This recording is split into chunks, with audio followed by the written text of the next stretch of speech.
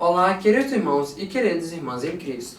Hoje eu quero trazer o tema sobre o tesouro escondido, uma parábola que Jesus traz lá em Mateus capítulo 13, versículo 44. Este sendo o nosso texto base. O reino dos céus é semelhante a um tesouro escondido num campo, que o homem achou e escondeu, e, pelo gozo dele, vai, vende tudo quanto tem e compra aquele campo. Como é que vocês devem entender essa passagem e muitas pessoas não compreendem essa parábola do tesouro escondido? Além disso, o que ele traz também é os esforços que o Satanás tem para tentar corromper a nossa pessoa, a nossa personalidade, e para que a gente não chegue em completa pureza no céu. Por isso, essa questão de ter o esplendor deste tesouro ser assegurado. O trigo, o joio, as joias, tudo que tem naquele baú é importante.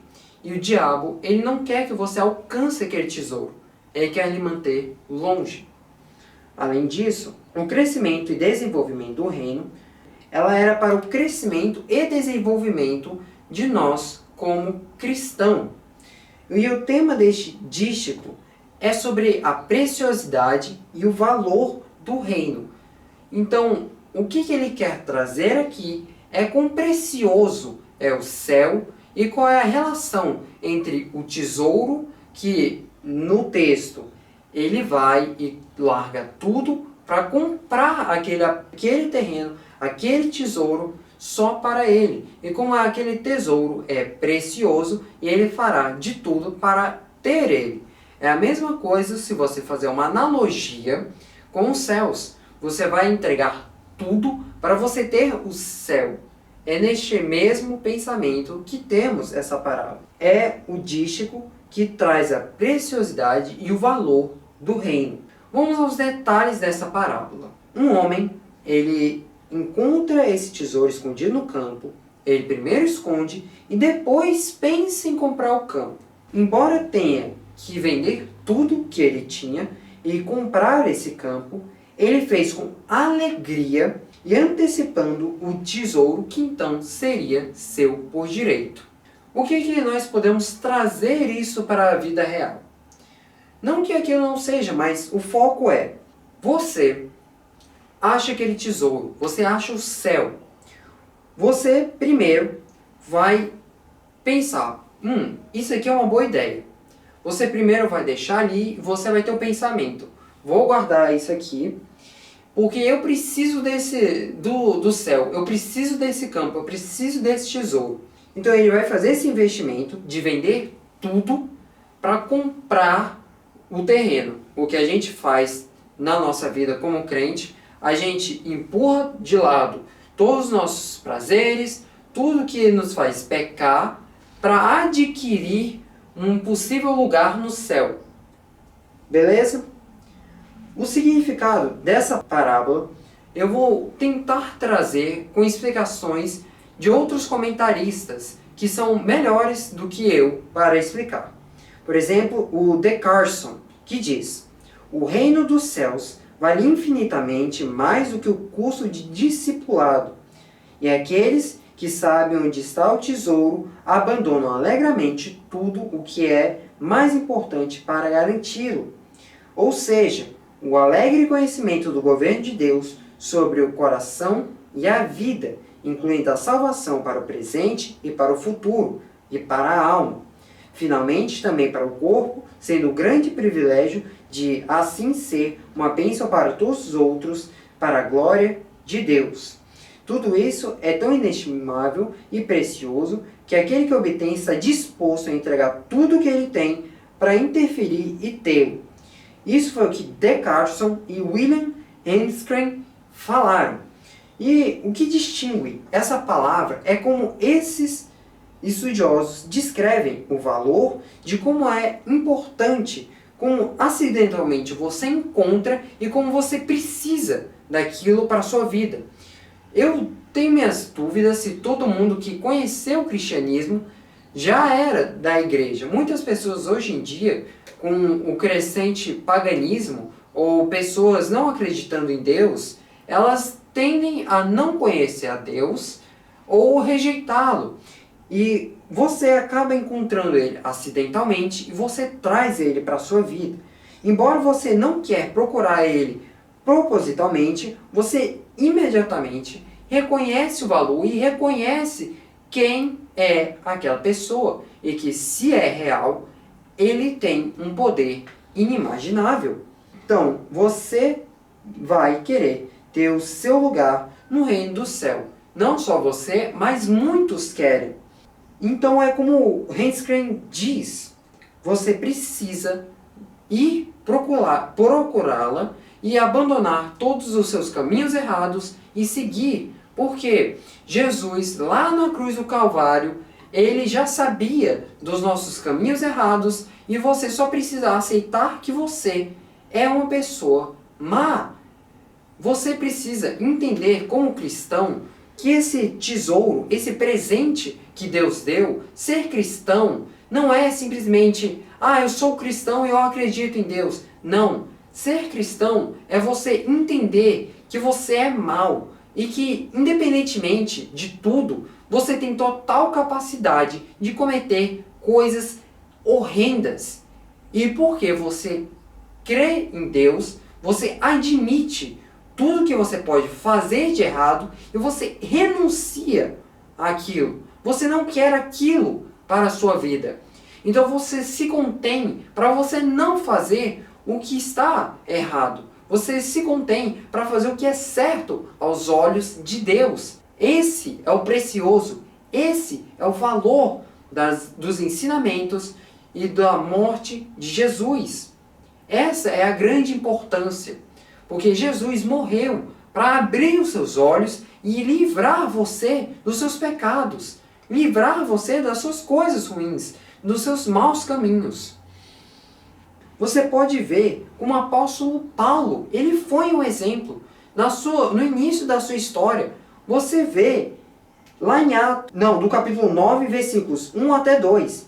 Ele foi no caminho de Damasco, indo para perseguir os cristãos. Pois ele viu que aquilo, na visão dele, era a coisa certa a se fazer. Porém, Deus faz aquele esplendor, cega ele por alguns dias, então ele acabou de conhecer aquele tesouro inesperadamente. Daquele modo, ele aprendeu a vontade de Deus. Ele reconheceu as coisas erradas que ele estava fazendo e ele decidiu mudar. Ele renunciou os seus maus caminhos e decidiu aceitar o que era correto, fazer o que Deus queria na vida dele. E é desse modo que você vai ver as cartas e você vê como Paulo realmente mudou ao longo da sua vida. Claramente, você entende que Paulo considerava Cristo e o seu reino como um tesouro, como uma coisa preciosa, e que vale a pena abrir mão de tudo que ele tinha, que era necessário para ele poder obter o céu, obter o tesouro. E é uma pergunta que muitas pessoas têm. O que há de tão importante nesse tesouro? O que o reino de Cristo faz que é tão precioso, que é tão valioso? Primeiramente, o reino do valor superior. O que isso quer dizer? Lá em Colossenses, capítulo 1, versículo 13, aqui nós temos um refúgio dos poderes das trevas. Você está livre. Você também vê em Efésios, capítulo 2, versículos 1 até 3, que você foi fora do reino dos céus e aí você encontra o reino de Satanás. Por isso, você vê que tem essa influência que o peso dos seus pecados traz. Mas o reino de Cristo oferece essa libertação, o refúgio, e desse modo nós somos libertos da culpa e do domínio do pecado, para que nós possamos servir a Deus. Porque Deus não permitirá que nós sejamos tentados. Ele está observando e não quer que você vá para a direita, para a esquerda, mas que você siga reto, porque Deus é Deus do caminho reto. Você quem fica indo para um lado, para o outro, você quem tem os seus caminhos ruins. E Deus vai lhe direcionar para você seguir reto, não desviando. Por isso, você entende que, além de ser um local de refúgio, você vê que é um domínio de justiça, paz e alegria. Por quê? E lá em Filipenses, capítulo 3, versículos 8 até 9, uma justiça pela fé em Cristo, na qual os nossos pecados são perdoados. Mais à frente também fala, em Filipenses, capítulo 4, versículos 6 até 7, a paz de Deus que excede todo entendimento. E também Filipenses, capítulo 4, versículo 4, uma alegria permanente no Senhor, que não importa as circunstâncias. Tudo isso mostra a diferença, a preciosidade do tesouro. Você, como cristão, você, como ser humano, me diga, você não queria acessar um local onde você não precisa se preocupar com as coisas errôneas do mundo, que você não precisa se preocupar com as traições, com aquelas amizades ruins, com toda a iniquidade que há no mundo, mas você vê um local que é a justiça, que é a paz, a alegria. Os outros tratam uns aos outros com alegria. Não há desrespeito. Há justiça. Se você erra, seus pecados são perdoados. É uma coisa maravilhosa. Você tem um reino inabalável. Tem um reino destinado à glória eterna. Isso não é maravilhoso? Você olhar e ver uma coisa que perpetua para toda a eternidade. E você apenas precisa renunciar os seus caminhos ruins e ter o olhar fixado nas coisas boas. Seguir o caminho reto, sem olhar para a prostituição, a pornografia ou coisas que vão lhe distrair. Você olhar e fixar somente no dinheiro. Irmão, você precisa focar no seu tesouro. É isso que vai mudar a sua vida. Você não vai mudar de vida porque você prostituiu, porque você está roubando, porque você agora é rico. O que adianta você ter tudo isso, mas o seu coração não está em paz? É só você pensar. Quando um político faz coisas erradas, você acha que aquele político vai dormir com a cabeça tranquila? Não! Ele sempre vai ter preocupações, porque ele vai ficar pensando, e se aquela pessoa descobrir e ela espalhar para todo mundo? E se aquela outra pessoa fizer isso? E se todo mundo descobrir o que eu fiz? A pessoa não dorme em paz. Mas se você segue esse tesouro, você tem esse tesouro, e você é uma pessoa justa, você vai entender, você vai dormir com a cabeça tranquila, sem ter nenhuma preocupação. Você vai olhar e vai dizer, ainda bem que eu segui esse caminho, ainda bem que eu não fui me prostituir, não gastei dinheiro com aquilo, que eu juntei e eu sou feliz com a minha vida, com o que eu tenho atualmente, que eu não preciso ficar me espelhando em coisas mais à frente, eu não preciso viver no futuro, e que eu agora compreendo que o meu passado foi feito de erros, e eu me arrependo. Eu renuncio o meu passado e eu não me preocupo com o meu futuro. Eu entrego tudo para ter o meu tesouro, para ter o que Deus quer que eu tenha. O reino do céu é precioso e você apenas precisa renunciar dos seus caminhos ruins. A conclusão que eu quero que vocês entendam é que essas luzes, essas bênçãos presentes e futuras, elas são encontradas no reino dos céus. Talvez muitos possam avaliar que consideram esse reino como um valor inestimável, um valor que você não consegue pagar. Mas Jesus, na cruz do Calvário, Ele pagou por você a sua passagem. Você agora só precisa entender e renunciar aos maus caminhos. o valor ele é reconhecido imediatamente por algumas pessoas.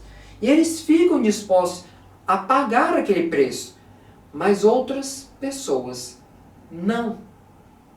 Outras pessoas vão olhar e vão dizer, é mentira, é impossível, o valor daquilo é inútil para a minha vida.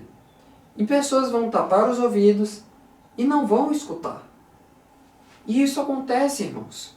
Mas você, que sabe aquele seu irmão, você conhece aquela pessoa, você tem que trazer aquela pessoa junto consigo.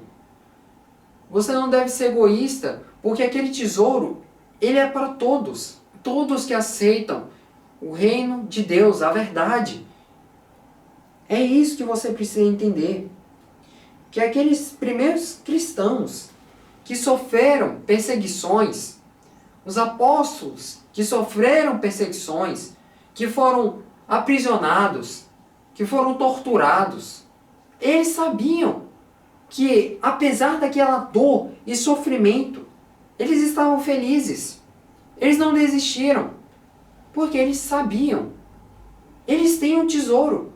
O céu é o tesouro inestimável. É só eles permanecerem. E lá eles vão achar tudo de melhor que Deus tem para oferecer. É claro que o nosso Senhor Jesus, ele abriu mão de tudo para tornar possível. Ou seja, ele morreu. Então, por que nós devemos parar de ignorar? Nós devemos estar dispostos para pagar esse preço. Nós precisamos pagar esse preço para entrar no reino dos céus, para obter o nosso tesouro, a nossa preciosidade, o nosso valor. É uma coisa que você não pode ignorar. Entendam, irmãos.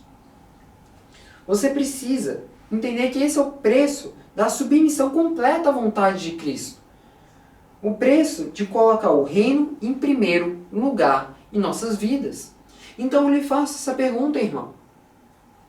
Hoje, você entrega a sua vida a Deus?